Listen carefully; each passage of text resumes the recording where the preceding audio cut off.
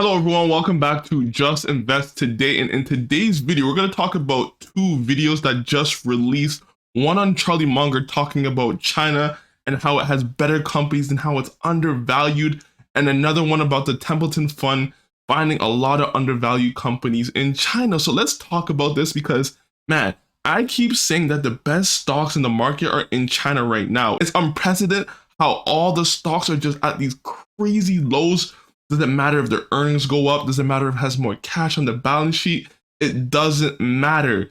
This is where all the alpha is right now in the market, in my opinion. I think you should be buying China, China, China, nothing really else. But that's just my opinion. There is a lot of risk with that because people keep saying about the war, it might go to zero, but who knows? So let's get into the first video where the Templeton fund talks about the opportunities in China. Since we're here, I want to ask you about China. There's a massive risk premium that's been built into that market for the better part of the last 18 months.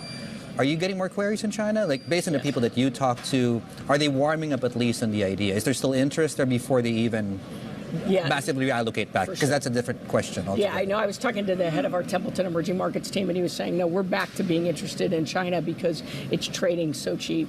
Right now, if you look at any index in China, you can see from the all-time highs to all-time lows, it's almost always down 30 to 40%. It doesn't matter what index you're looking at.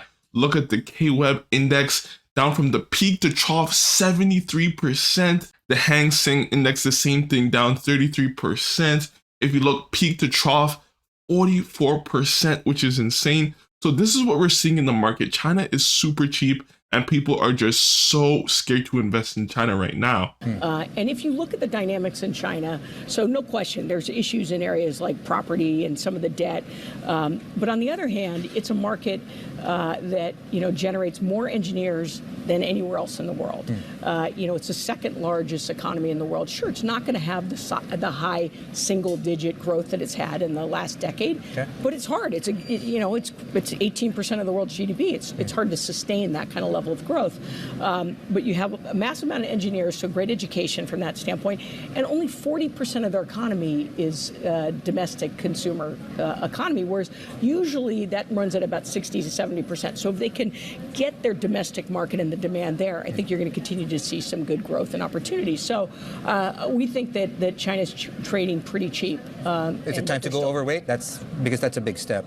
Time to look, but is it time to go overweight? I think it's definitely a time to wade back into China. And that's what you see from a lot of funds right now. They're thinking about going back into China, even though a lot of people don't really want to admit it because everyone is leaving right now. The Chinese stock market has never seen so many people just leaving the market and getting out of the stock market since like 2015-14.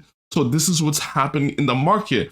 And this provides us with the opportunity to buy. When this is happening, all the pessimism around China is providing us with a great opportunity to buy. And she mentions that the housing crisis is here in China, and that's adding another factor. The debt levels, we see Country Garden not able to pay its debt. And this is just one of the big real estate companies in China not being able to pay its debt. Then she mentioned the one biggest factor about the GDP growth in China. It's not growing at the fastest pace like it did before, but that's okay because it's still the second largest economy. They still have a lot of ways to go for domestic buying. As she said, that's only 40%, and that's going to go up to 60% in due time as the Chinese market continues to grow. So there's so much opportunity there. And guess who's going to take the cake? Alibaba, the PDDs, the Tencents, JD.coms, all those companies are going to benefit heavily when this happens. So the second video is with Charlie Munger from the Acquired podcast. They got an exclusive interview with Charlie Munger, which is insane. But in this interview, he talks about China, and here's his words talking about China.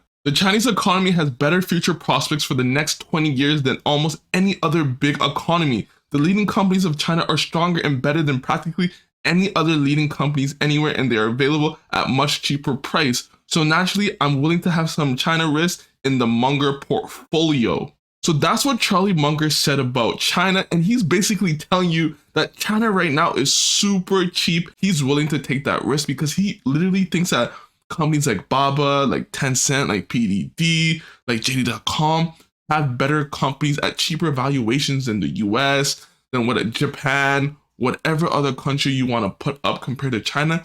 I think it's a close call when you compare the top companies. They're very evenly matched, but China companies are just superior because they're super, super cheap, and they still have a long runway to grow, in my opinion, because the Chinese market GDP is just going to continue to grow for the next 10 to 15 years. So guys, what do you think? Are you investing in China or are you avoiding it at all costs?